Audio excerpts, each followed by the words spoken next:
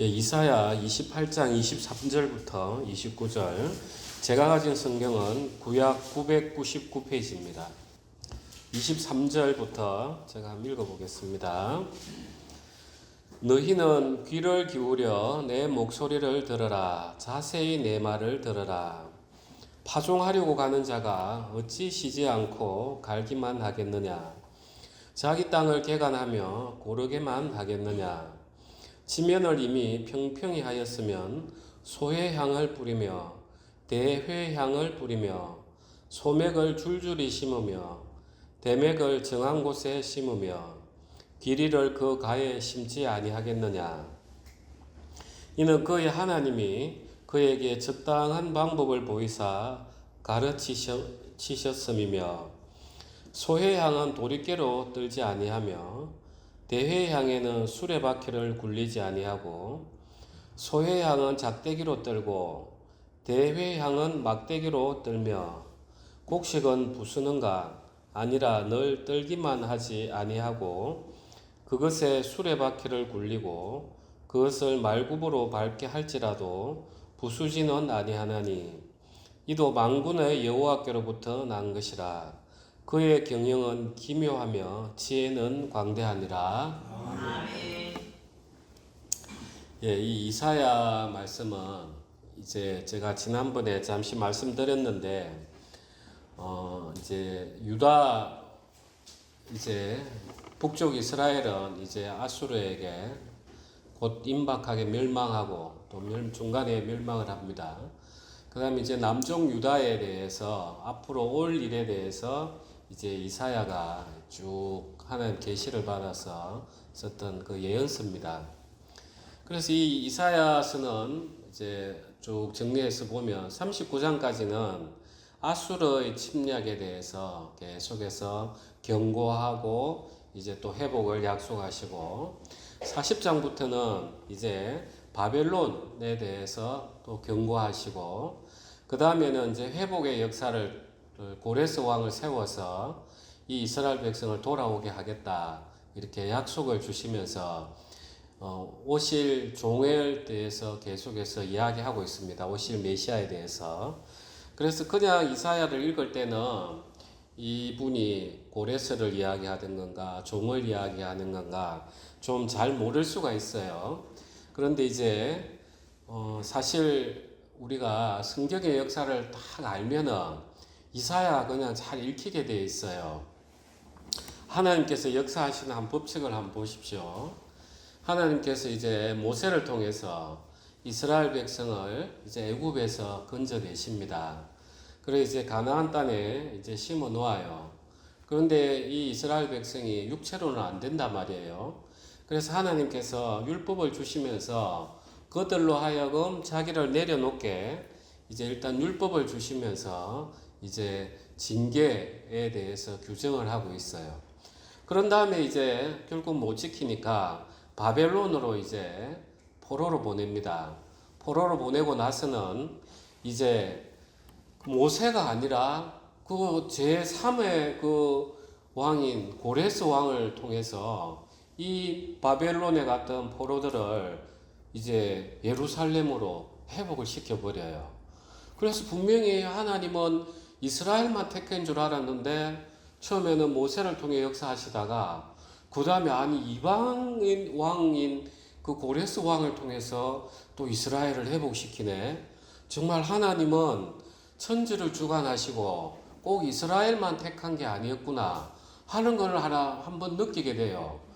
그러면서 고레스 왕을 통해서 예언하는 것들을 쭉 보면 고레스 왕에게서 모든 것이 이룩되는 것이 아니라 또 다른 누구를 기다리게 쭉 만들어 놓고 있어요. 그분이 이제 오실 예수님이란 말이에요. 자, 고레스 왕은 이방인이지만 유대인들을 회복을 시켜준단 말이에요. 그러면은 이제 예수님은 천지를 창조하신 하나님이시기 때문에 모든 인류를 회복시킬 그 하나님, 그 메시아, 그 종으로 오실 걸 다 이사야는 철저하게 다 비유적으로 고레스를 통해서 예표하면서 이 성경을 적어가고 있어요. 그래서 이사야서를 잘 보면 하나님의 역사하시는 법칙이 어떻는지 눈에 싹 들어오게 되어 있어요. 아, 하나님은 처음에 이스라엘 택하셨다가 그 다음에 많은 민족들을 또 회복하시고 그 다음에 예수님을 통해서 온 인류를 회복시키시는구나 하는 그걸 알 수가 있어요. 그러면서 이제 오늘 이사야 28장은 지금 이스라엘에게 하는 이야기이긴 한데 오늘날 우리의 이스라엘은 누굽니까? 본래 참 이스라엘은 누굽니까? 참 이스라엘이 누구예요? 예수님이죠, 그죠? 하나님은 그 이스라엘에게 약속은 하지만 실질적으로는 그 오실 종, 참 이스라엘 예수님하고 약속을 했어요. 그러면 우리는 참 이스라엘인 예수님 안에 있으니까 하나님 보시기에 참 이스라엘인 교회로 보이는 거죠. 우리의 공로는 전혀 없어요. 그래서 하나님이 지금 이스라엘에게 지금 하시는 이 이야기는 예수님에게 통해서 결국 우리에게 하는 이야기가 되는 것입니다. 그래서 유대인들은 아직도 눈이 막혀 있기 때문에 이스라엘 백성들은 이게 예수님을 가리키는 게 아니라 지금 그때 일어난 일, 구약에 일어난 일로만 보니까 그 구원이 이방에게 전해졌다는 걸 못 믿는 거죠. 그러니까 여전히 눈이 가려져 있어요. 그러면 오늘 이제 이 이사야가 하나님께서 이사야를 통해서 어떤 이야기를 우리에게 하시고자 하는가 우리는 들어봐야 됩니다. 그래서 23절에 첫 번째 말씀이 너희는 귀를 기울여 내 목소리를 들으라. 자세히 내 말을 들으라. 이제 하나님께서 이스라엘 백성이 하도 이사야 시대 때만 해도 우상 숭배로 워낙 나가니까 잘 살면 우상 숭배로 나갈 수밖에 없어요. 돈이 우상이고 땅이 우상이고 자녀가 우상이기 때문에 그러니까 전부 다 우상으로 나아가니까 제발 간곡하게 한번 들어봐라. 너가 분명히 고난을 이제 앞으로 받을 건데 그렇다고 해서 나를 오해하지 마라 하면서 쭉 이야기하십니다. 파종하려고 가는 자가 어찌 쉬지 않고 갈기만 하겠느냐. 자기 땅을 개간하며 고르게만 하겠느냐. 지면을 이미 평평히 하였으면. 그래서 하나님께서 이 농부의 지혜를 통해서 하나님이 농부에게 지혜를 주셨죠. 이 농부를 통해서 당신이 하시고자 하는 일을 이제 보여주고 계시는 거예요. 농부가 이제 농사를 지으려고 하면은 제일 첫 번째 하는 게 뭡니까? 예, 그 겨울 비가 오고 나서 딱딱해진 그 땅을 속사를 이렇게 다 일구어야 된단 말이에요. 농부가 이렇게 일구는 목적이 뭡니까? 예, 씨를 뿌리려고. 그래서 농부는 갈기만 하는 게 목적이 아니다. 농부가 이렇게 갈고 돌이 있으면 돌도 주워내고 또 흙이 굳어져 있으면 그걸 깨고 그래서 계속 부드럽게 하는 이유가 씨를 뿌리기 위해서라는 거예요. 하나님께서 우리 마음밭을 계속 가는 이유가 뭐예요? 하나님 말씀을 우리 가운데 심으려고. 그래서 우리 인생에 오는 것들이 하나님이 뜻없이 하는 게 하나도 없다는 거예요. 이 농부의 비유를 통해서. 그 다음에 25절에 보면 소해향을 뿌리며 대해향을 뿌리며 소맥을 줄줄이 심으며 대맥을 정한 곳에 심으며 귀리를 그 가에 심지 아니하겠느냐. 그래서 소해향, 대해향은 이제 향신료입니다. 소해향은 더 작은 거, 대해향은 좀 더 큰 거. 그 다음에 소맥은 밀, 대맥은 보리 이렇게 생각하시면 돼요. 또 길이는 이제 밭가에 이렇게 쭉 심는. 그래서 하나님께서는 자 농부도 이 땅을 갈고 나면은 하나님이 주신 그 지혜를 따라서 소해향도 뿌리고 대해향도 뿌리고 소맥도 뿌리고 대맥도 뿌리고 길이도 이렇게 한단 말이에요. 그래서 이 땅 안에는 우리 교회 안에는 다 다른 모습으로 살아갈 수밖에 없어요. 어떤 분은 찬양을 잘하고 어떤 분은 또 열심히 또 청소도 하시고 어떤 분은 또 차량 봉사도 하시고 이 마치 농부가 그 땅을 아주 아기자기하게 쓰듯이 하나님께서 이 세상과 교회를 그렇게 미리 작정을 하고 계시는 거예요. 자, 이제 씨를 뿌리고 나면 어떻게 해야 됩니까? 하나님은 씨를 왜 농부 왜 씨를 뿌려요? 수확을 해야 되잖아, 그죠? 수확을 해야 돼요. 그런데 이제 수확을 하는 방법도 희한하더라는 거예요. 26절에 이는 그의 하나님이 그에게 적당한 방법을 보이사 가르치셨음이며 소의 양은 도리깨로 떨지 아니하며 대의 양에는 수레바퀴를 굴리지 아니하고, 그러면 소의 양은 어떻게 하는가 보니까 작대기로 떨고 대의 양은 그보다 좀 더 굵은 막대기로 떨고, 이제 곡식마다 또 뜨는 방법이 다른 거예요. 그 다음에 곡식은 부수는가? 아니라 늘 떨기만 하지 아니하고 그것에 수레바퀴를 굴리고 그것을 말굽으로 밟게 할지라도 부수지는 아니하나니.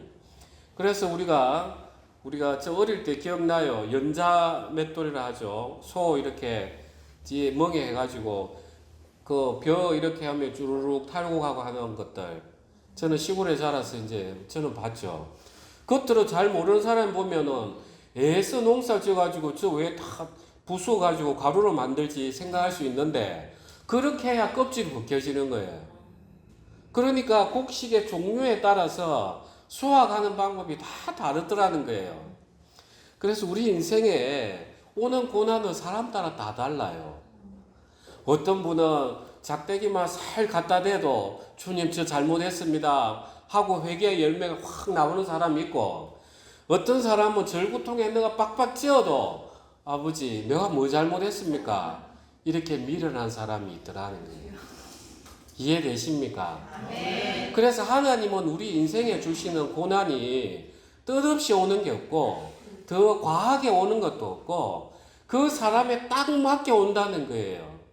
아멘. 아멘. 그래서 제일 중요한 게 우리 인생에서 이 오는 고난을 내가 아멘으로 받아낼 때 이게 하나님께서 아이고 이제 저게 됐네, 그러면 이렇게 추수하면 되겠네, 이렇게 되는 거예요. 하나님께서 이렇게 고통을 주고 또 때로는 고난을 허락하시는 경우에도 사람들이 이걸 알아야 되는데 전부 다 지키던단 말이에요. 왜 저인데는 이렇게 고난을 많이 주십니까?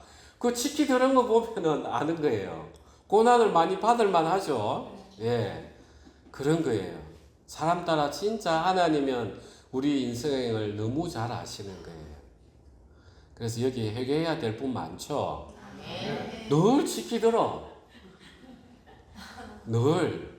왜 하나님 저 인생을 이렇게 만드십니까?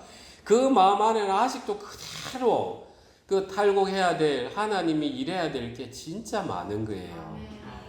그러면 이제 우리는 이제 어떻게 해야 되는지 이사야 30장으로 가봅시다. 30장 15절입니다. 15절.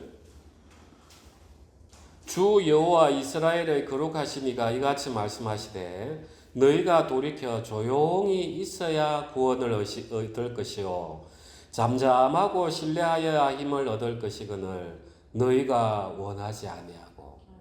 이런 고난이 올 때는 우리는 돌아봐야 되는 거예요. 하나님, 분명히 저에게 하나님 역사하실 일이 있는데 제가 왜 그렇습니까? 하나님, 저는 무지합니다. 제 이 안에 있는 어둠들 주님 당신의 말씀의 빛으로 드러나게 해주십시오 하면서 잠잠히 기다려야 되는데, 우리 인생은 어떻게 하는가 보니까 16절에 이러기를 아니라 이런단 말이에요. 우리가 말 타고 도망하리라 하였으므로 너희가 도망할 것이요 또 이러기를 우리가 빠른 짐승으로 타리라 하였으므로 너희를 쫓는 자들이 빠르리니 한 사람이 꾸짖은즉 1000사람이 도망하겠고 5이 꾸짖은즉 너희가 다 도망하고 너희 남은 자는 겨우 산 꼭대기에 깃대 같겠고 산마루 위에 기치 같으리라 하셨느니라. 그래서 우리는 좀 잠잠하게 있으면 되는데 뭐가 좀 두려운 게 확 오면 그걸 못 기다리고 기도 못하고 못 기다리기 때문에 그냥 어떻게 내빼고 어때 누구인데 의지할까 싶어가지고 주님 잠깐만요 내 요구 좀 하고 올게요 전부 다 말 타고 도망하기 바쁘다는 거예요. 인생을 의지하고. 그렇게 한 결과가 뭔가 보니까 17절에 너희 남은 자는 겨우 산 꼭대기의 깃대 같겠고, 거기까지 도망가서 몇 명 남아있겠어요. 그 산 꼭대기 깃대 그 나불랑거리는 거 한번 생각해봐요. 그냥 바람 이래 불면 이렇게 흔들리고 저래 불면 저래 흔들리고. 진짜 우리 인생을 의지하는 게 우리가 하나님 이길 수 있습니까? 못 이겨요. 그러면 하나님께서 우리 인생에 각자에 다 맞게 고난을 허락하신단 말이에요. 두려움이 가득한 사람에게는 두려움의 바람을 계속 주신단 말이에요. 내가 왜 두려워하지? 하나님, 제가 하나님을 의지하는데 왜 두려움이 옵니까? 아직도 내가 내 인생을 염려하는 것 같습니다. 하면서 기다리고 돌아봐야 되는데 이걸 못한다는 거예요. 이걸 못하는 거예요. 그래, 귀신 들림이 그 두려움 때문에 다 타고 들어오는 거예요. 참 하나님이 이게 우리 인간을 신비하게 만들어 놓으셔가지고 우리가 마음을 열지 않으면 이 신들이 못 온단 말이에요. 이 귀신도 성령도. 그래서 우리가 마음을 열어라. 하나님의 성령을 받으려면, 그래서 마음을 열 수 있도록 하나님이 우리에게 그 사랑을 보여주시면서 이제 나는 믿어도 된다. 나는. 그렇게 해서 우리 마음의 문을 열도록 하고, 귀신도 우리가 마음의 문을 열지 않음에도 귀신이 훅 들어올 것 같으면 귀신이 뭐하러 우리에게 고생하면서 너 신내림 받아라 이래 하겠습니까? 그냥 훅 들어오면 되지. 하나님 우리 마음을 참 그렇게 만들어 놨어요. 그렇게 해서 계속 아프게 만들어 놓고는 야, 내가 신내림 받아야 되는 같다. 내가 안 받으면은 자식이 죽을 것 같다. 그 두려움을 타고 들어오면서 자식이 죽을 바에야 내가 받겠습니다 하면서 문을 열어버리는 거예요. 그게 귀신이 타고 들어온단 말이에요. 그래서 이제 우리가 지난주 그 자매님은 지금 참 마음이 너무 좋더라고요. 지금 저는 염려 안 해요. 제가 이제 몇 차례 전화로 쭉 교제하는데 아주 하나님 그 든든한 마음을 주셔가지고 목사님 저는 이제 안 속습니다. 딱 이렇게 마음을 딱 세워 있더라고. 그러면서 이제 그 뭐 설교 듣고 책을 이제 읽기 시작하면서 목사님 이게 저에게 딱 맞는 책이에요. 다 그렇게 이야기하시더라고요. 그래서 우리 인생은 하나님께서 인생에 고난을 주실 때는 그걸 기다리면서 이유는 모르지만 아멘으로 받아낼 때 그때 하나님의 일하심이 이제 내가 저 정도 일하면 됐다 해서 은혜로 바꿔주시는 거예요. 그러면 이제 우리가 이런 기다림을 해낼 수 있는 그 사랑을 우리가 한번 봅시다. 이사야 49장으로 한번 갈게요. 49장 14절입니다.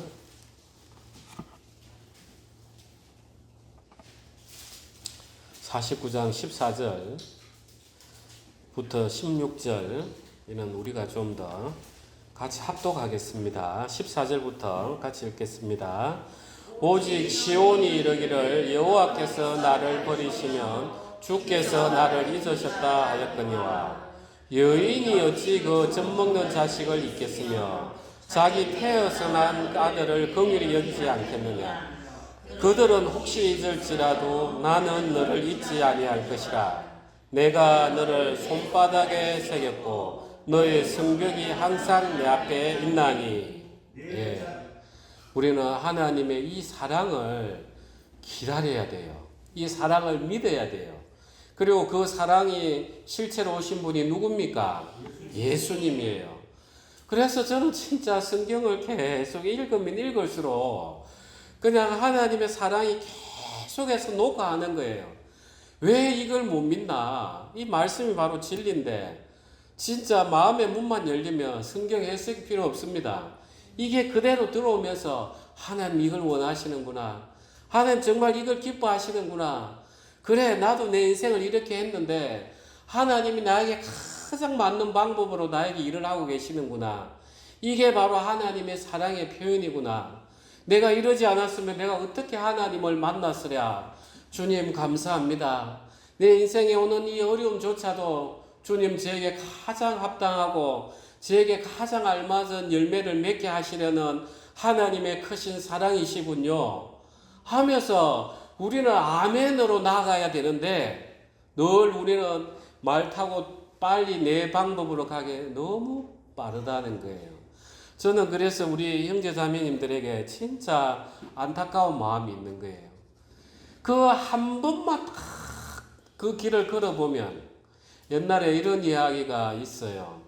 그 어디 뭐 에베레스트 산인지 높은 산에 올라갔는데 이제 줄이 탁탁탁 끊어져 가지고 이제 마지막 이렇게 매달려 있었던 거예요. 그래가지고 이제 자기는 이제 떨어지면 천결 떨어지라 해서 죽을 줄 알고 끝까지 이렇게 해가 있다가 그냥 거기서 죽었다는 이야기가 있어요. 그런데 이제 시체가 딱 발견됐는데 땅하고 불과 몇 센치 차이로 그래 있었다는 거예요. 정말 우리 신앙이 그런 것 같아요. 이 떨어지면 죽을 것 같은데 밑에는 그 커다란 하나님의 손이 우리를 보호하고 뛰내리기만 바라고 있어요. 그러면 내가 날개로 옮기겠다고. 우리는 그 조그만 이걸 못 믿어내는 거예요. 여러분 몇백 년 살 겁니까? 몇백 년 또 살아본들 뭔 의미가 있습니까? 이 죄 짓는 세상에서 정말 마지막이다 생각하시고 그냥 되든 안 되든 한번 던져 보십시오. 그래야만이 하나님이 일을 하십니다. 하나님 딱 뭐 우리가 구할 때도 기도해 놓고 하나님 제가 이걸 구합니다. 주님 이 길을 주십시오. 아니면 하나님 이 길을 막아버리시고 주님이 원하는 길을 주십시오 하면서 주님 앞에 좀 먼저 올려놓고 기도해 봐요. 주님 믿습니다 해놓고 전부 다 내 생각 하나님 앞에 한 번이라도 무릎 꿇고 기도하는지 모르겠어요. 그러니까 하나님 계속해서 타작하듯이 회초리 들고 일하실 수밖에 더 있겠습니까? 그래서 우리 형제님 저는 좀 간절한 마음이 있어요. 진짜 성경을 읽으면 읽어 나갈수록 참 형제자매 이 말씀 한 번만 좀 믿어주면 좋겠는데 진짜 그러면 하나님 이렇게 일을 하시는데 우리 인생에 가장 합당한 방법으로 일을 하시는데 진짜 그 자기가 그 몇 센치 그걸 믿지 못해가지고 자기가 그 매달려 죽는 그런 인생을 살아야 되는가 참 안타까운 거예요. 하나님의 사랑은 우리 로마서 8장에서처럼 어떤 것으로도 끊을 수 없는 거예요. 깊음이나 높음이나 어떤 것이든. 그래서 저는 이 성경의 말씀을 우리가 하나님께서 이 성경을 주신 게 너무 감사해요. 이사야 성경을 보면 선지서들이 대부분 그렇습니다. 하나님이 막 겁을 주었다가 또 달래면서 내 너 회복시킬 거야. 또 책망했다가 또 회복시킬 거야. 저는 목회를 하니까 하나님 이 마음을 맛을 보고 있어요. 제가 막 뭐라 하지만 또 한편으로는 형제자매님 진짜 하나님 사랑이십니다. 마음만 한번 내려보십시오 하면서 또 막 달랬다가 그러니까 이제 이 제가 목회를 하는 게 너무 감사한 게 하나님 마음을 조금이라도 맛을 보고 있다는 게 너무 감사한 거예요. 그래서 저는 형제자매님에게 너무 간절한 마음이 있습니다. 진짜 하나님을 우리가 한번 믿어봅시다. 우리 기도하겠습니다.